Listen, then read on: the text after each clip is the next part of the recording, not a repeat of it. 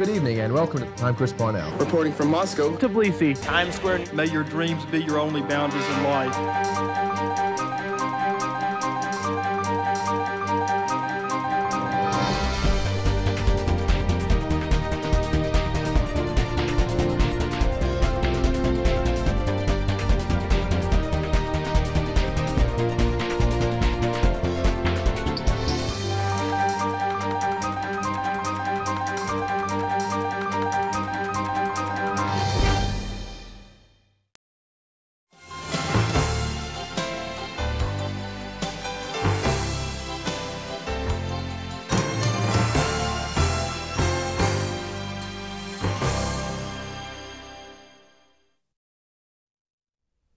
Welcome to Let's Talk Money. My name is Kelly Bolton and this is my co-host Harvey Cook. One of the crown jewels of Memphis is Regional One Health, formerly known as the Med.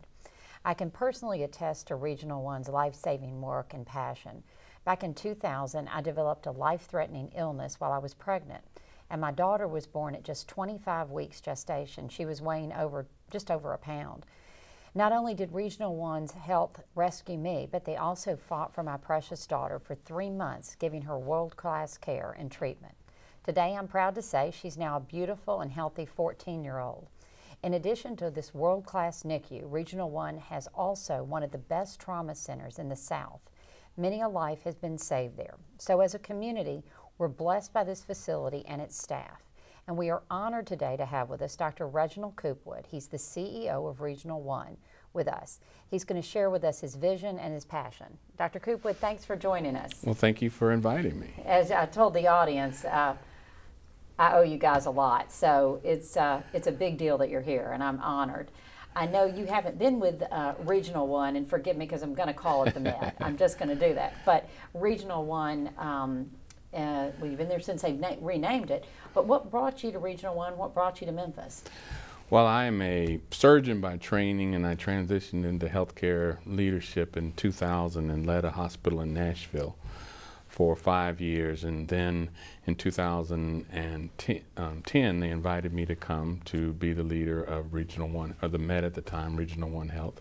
And my family and I, we jumped at the chance to come and lead such a prestigious and historic organization, and we haven't looked back. Well, Memphis has been lucky to have you, very lucky. Dr. Coopwood, can you tell us a little bit about the history of the hospital and also how the renaming came about? Well, you know, one of the first things I did when I came to town was to go to the public library, and I said, give me everything you have on the Med and all of its predecessor organizations, and they brought me this huge folder from Memphis City Hospital to John Gaston to the Med, and I just kind of looked back, and there's the history of this community has had a hospital that has provided care for some of the least fortunate in our community, and those entities moved on from John Gaston to Regional Medical Center, which was then kind of nicknamed the Med, and it continues today at Regional One Health. Interesting. Well, as I told the audience, and we've talked about, I know at length, you know, I'm very familiar with the NICU. I know our audience might not be as familiar with the NICU, but you know, I know there's the NICU, there's the burn center, there's the trauma unit.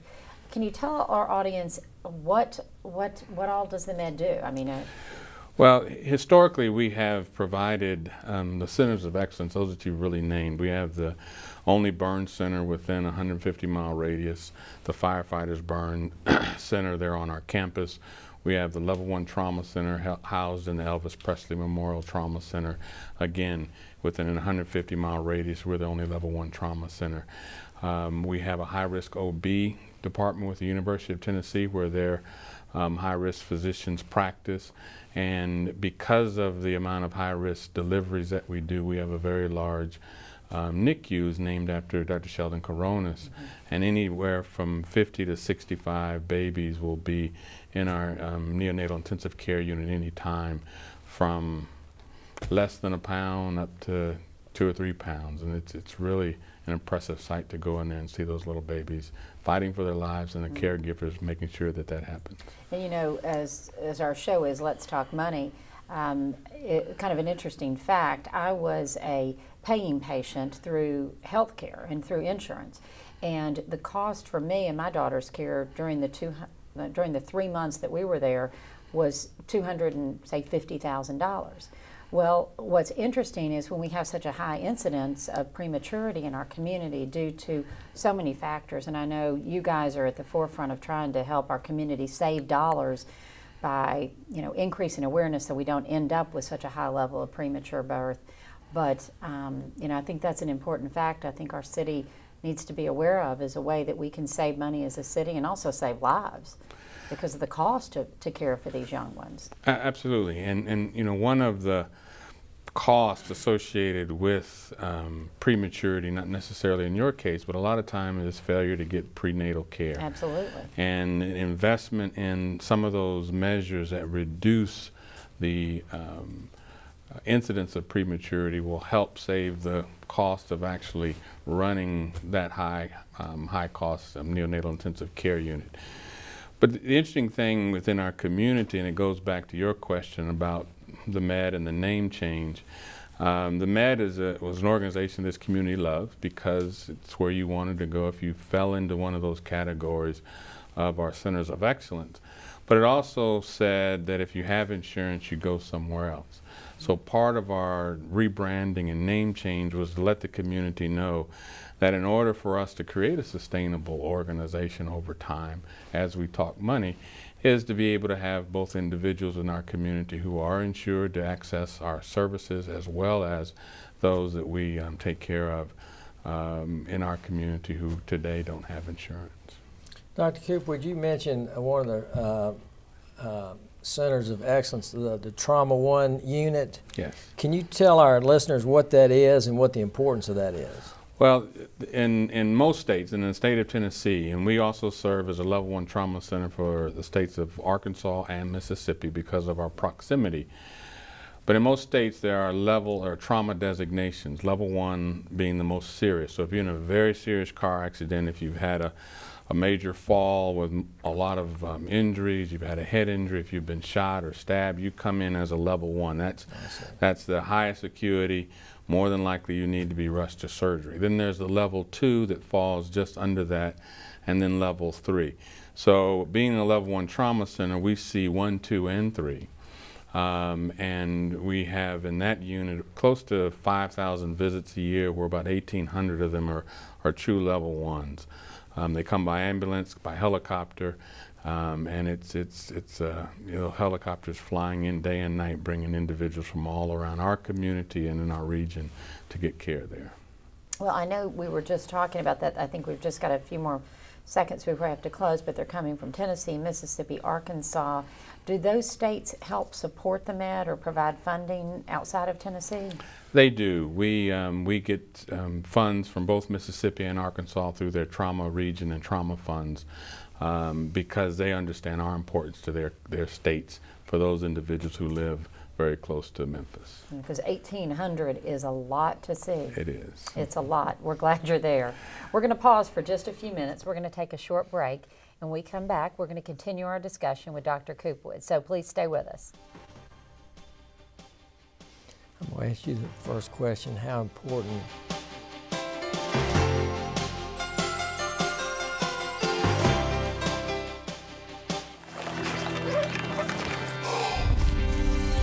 check it out. When it gets cold, feels like the end. There's no place to go, you know I won't give in. No, I won't give in. Keep holding on, 'cause you know we'll make it through, we'll make it.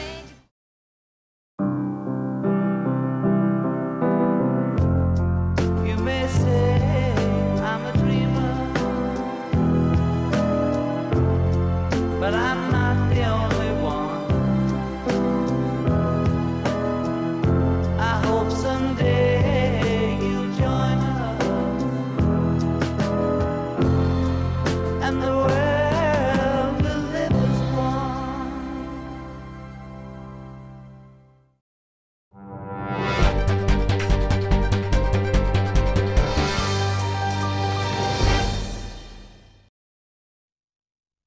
Welcome back to Let's Talk Money. If you are just tuning in, I am Harvey Cook, and this is my co-host Kelly Bolton. And today we've been talking with Dr. Reginald Coopwood to learn more about the life-saving work of Regional One and the financial and leadership decisions that he makes to ensure Regional One remains a treasure in our city. Welcome back, Dr. Coopwood. Thank you. Can you tell our audience the importance of the hospital to our community as a whole? Well, you know, in Memphis, we're blessed to have very good hospital systems throughout the city that really take care of all aspects of the city. We're proud to be one of the systems that is downtown in the core in the medical district. But we also provide services that those other hospitals don't provide, and that goes back to our centers of excellence. And in a community such as ours, with interstates coming through and the and all, it sets us up to be able to provide a level of service in trauma, and to provide a level of service for burn. Just recently, we've had a lot of house fires and things. And the communities of our size deserve institutions like Regional One to be able to provide that. We go to bed at night knowing that if for some reason we or one of our family members find themselves in a very unfortunate situation, there's that comfort to know that Regional One is there if they need it. We'd rather not see anybody, but unfortunately every night we have people who are brought in that are seriously ill and injured. And it's nice to have it right in our back door, too, and not to have to get on the helicopter and go 100 miles away. Absolutely. And one thing I think has been just amazing to me, that all the times that as a patient there and visiting the Med and visiting patients, is the quality of the employees. Amazing people, have a passion for their job and a command for what they do. They seem to have no fear, instill a sense of confidence. I could go on, but just truly, not just the physicians. I mean, the ladies at the front desk, the nurses, everybody, the people that take the blood, do the x-rays. I mean, how do you go about finding these employees, and what are y'all doing to attract them and to educate them and to build this kind of staff that you have? Well, you know, one of the beauties of when you have a hospital that's driven by a mission, a lot of times you don't have to worry about convincing people how to act and what to do. When I came to the organization, if you can remember, in 2010, there was significant amount of financial hardship at the Med at the time. And we've worked very diligently to turn that around, and we've got it on a trajectory that we're proud of. But what I didn't have to do in the midst of all that, a threatening of closure, I didn't have to convince the employees to stick around. They were still there. I know, it's amazing. And they were committed to the care that they were giving. And so for me, it allowed me to focus on the financial needs and focus on the relationships that we need to do. And I just said, you all keep doing what you're doing in such a great manner. And that's just a blessing. Some people have to go and convince employees to do right and do better, and that wasn't one of the things that we had to do. Well, there is a tremendous culture there, that's for sure. Yeah.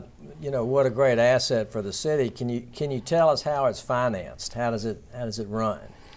Well, it's about a $400 million organization altogether, and as in all health systems, we're financed by patient revenue. So for the approximately 70% of our patients who will have insurance, whether it's Medicare, Medicaid, or commercial, we bill and collect like any other hospital to generate the revenue in order to run the facility. For the 30% or so that we see that don't have insurance, we get subsidies from multiple levels to try to cover the cost of that care. And that care is about $120 million a year of unfunded care. And we have subsidies from the county. We have subsidies that come from the state and some federal subsidies as well. And we put all that together and try to create an efficient model to be able to provide high level of care at a very efficient process to be able to invest in the technology so that we can remain on the cutting edge. Well, I know the endowment helps support some of the Med, the Regional One, and what you do. Instead, I'm going to still call it the Med. How does that work? And then, And then what did you really do to take it from where you were to where you are today without sacrificing patient care? So I guess it's a twofold question. Well, in the first part of the question, our foundation, the Regional One Health Foundation, has been a partner of Regional One of the Med for over the years. And they've been focused on raising money to support programs, to obtain equipment, to do the things that most hospital foundations do. We've seen it grow in its capacity. We're about to embark on a capital campaign at some point in the near future in order to build out some new facilities for the women's and infants.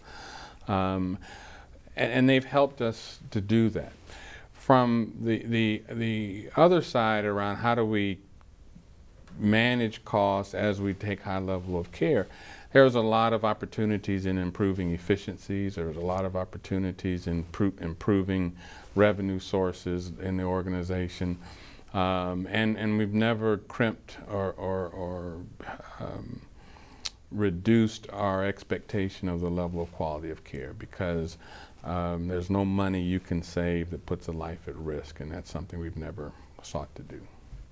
Dr. Cooperwood, you mentioned about how the financial picture looked when you first came here and how you're proud of where it is now.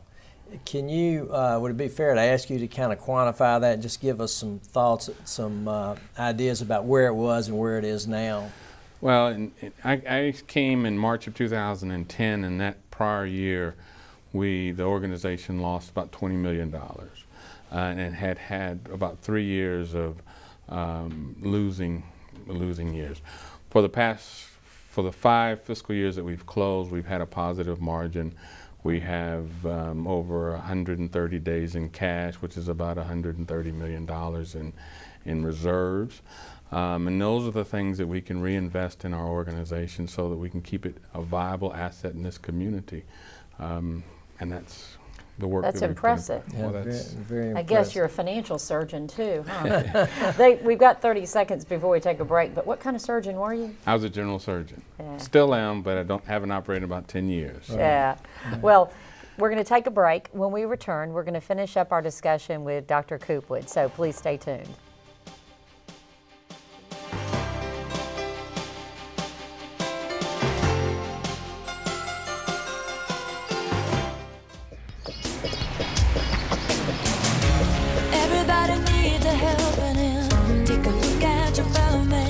Tell me what can I do today? Hey, let me get that for you. Everybody needs a helping out.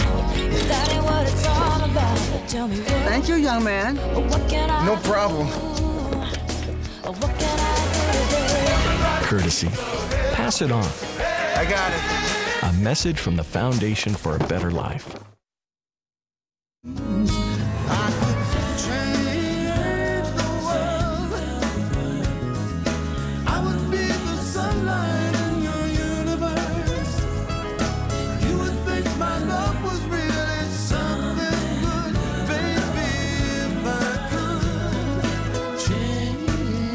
Make a difference. Pass it on. A message from the Foundation for a Better Life.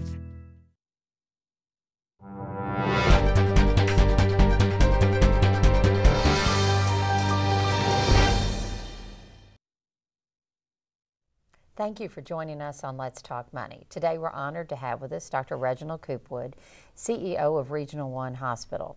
With just a little time left, we're going to jump back in and finish up our conversation with this amazing organization.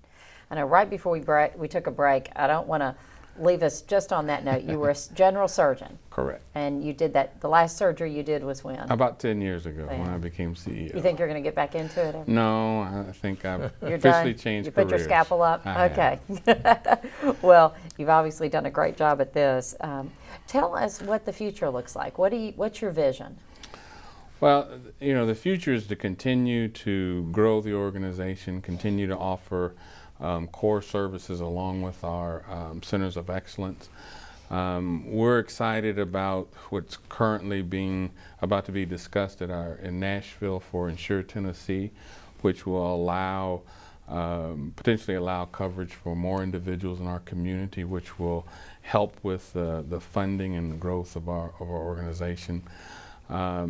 We will hopefully be announcing in the next 12 to 18 months that we will build a new women's and infants tower, which will provide a world-class environment for the world-class services our doctors do. We have a relationship with the University of Tennessee for our physicians, and they provide us the high-quality physicians, and our role is to provide the high-quality facility and staff in order to take care of the patients that come to us. Where will that facility be put? It will be put right there on the campus. There's space there. I'm trying to visualize where it's going to go. Well, there'll have to be something will be torn down and then built back up. Yes, absolutely. Dr. Cooper, we were talking a little bit off camera about the success, the financial success of the hospital. How do you go about cutting expenses in a hospital without cutting patient care? Well, I mean, first of all, one thing that I always have to say is I sit in the role as CEO, but I've recruited a great team that has helped make these things happen, from the operations area to create a more efficient environment. So there's a lot of times where you run an inefficient organization, you're spending money that you don't have to, and in reducing that inefficiency doesn't negatively affect patient care, and a lot of times it improves it. From the finance standpoint, to look at the appropriate ways to bill and collect, and to position the organization strong in the financial. So we've been able to recruit us a great team that has been focused on our goals and our vision, and we expect to continue to achieve the things that we discussed briefly here a minute ago.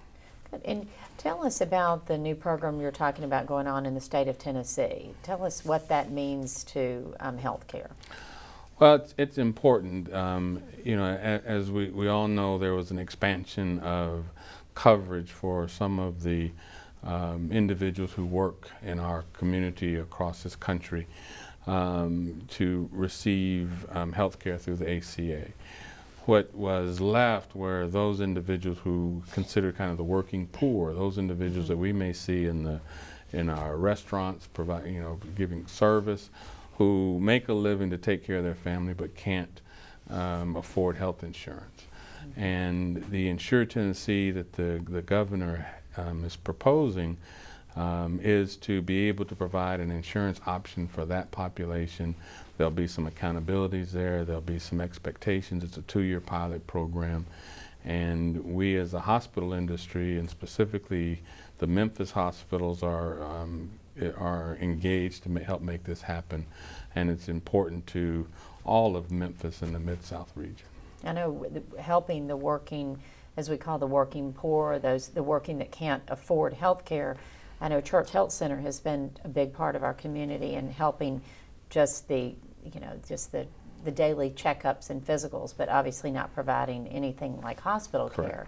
And it's obviously that concept is huge because they have grown tremendously, and it's been a very needed part of our community as well. Absolutely. They have provided that service for this population a lot through donations, and this will allow that same population as well as others to be able to access care if they need inpatient care or those things that are preventive that Church Health Center cannot necessarily surgical provide. care, right.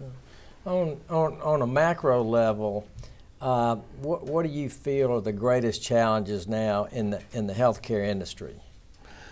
Well, you know, the cost of healthcare are continuing to rise all across this country, and we're not, as a population, not getting any healthier. Tennessee is one of the least healthy states in the United States.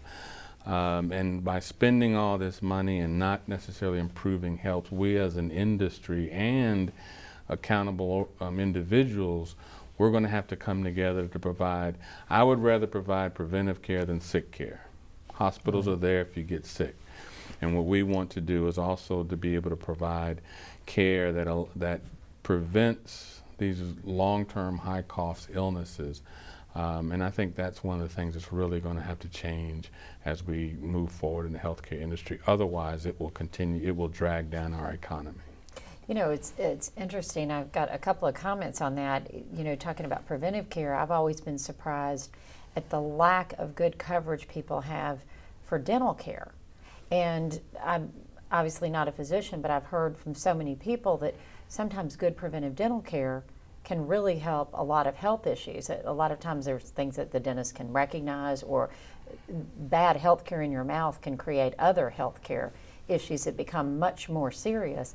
And dental coverage has always been an interesting issue to me, why we don't have good dental coverage. I don't have a good answer for that. You know, I know that even if it's not, you can't diagnose poor health from poor dentition, it is a marker that other things could be ignored if you've ignored the care of your teeth. Yeah, there was just a concept. And then we talk about the rising cost of health care. What is it that's driving the rising cost? Oh. Open-ended question. Do we have enough time? I don't know if we have enough time because for we that. keep talking about the rising cost of health care. I get it that we're living longer. But what's the driving force? Well, there's, you know, the cost of drugs, there's the cost of hospitalization, the technology that we need to provide. Because it's better technology, better drugs, more research and development. Because we've always used drugs, we've always used the hospital.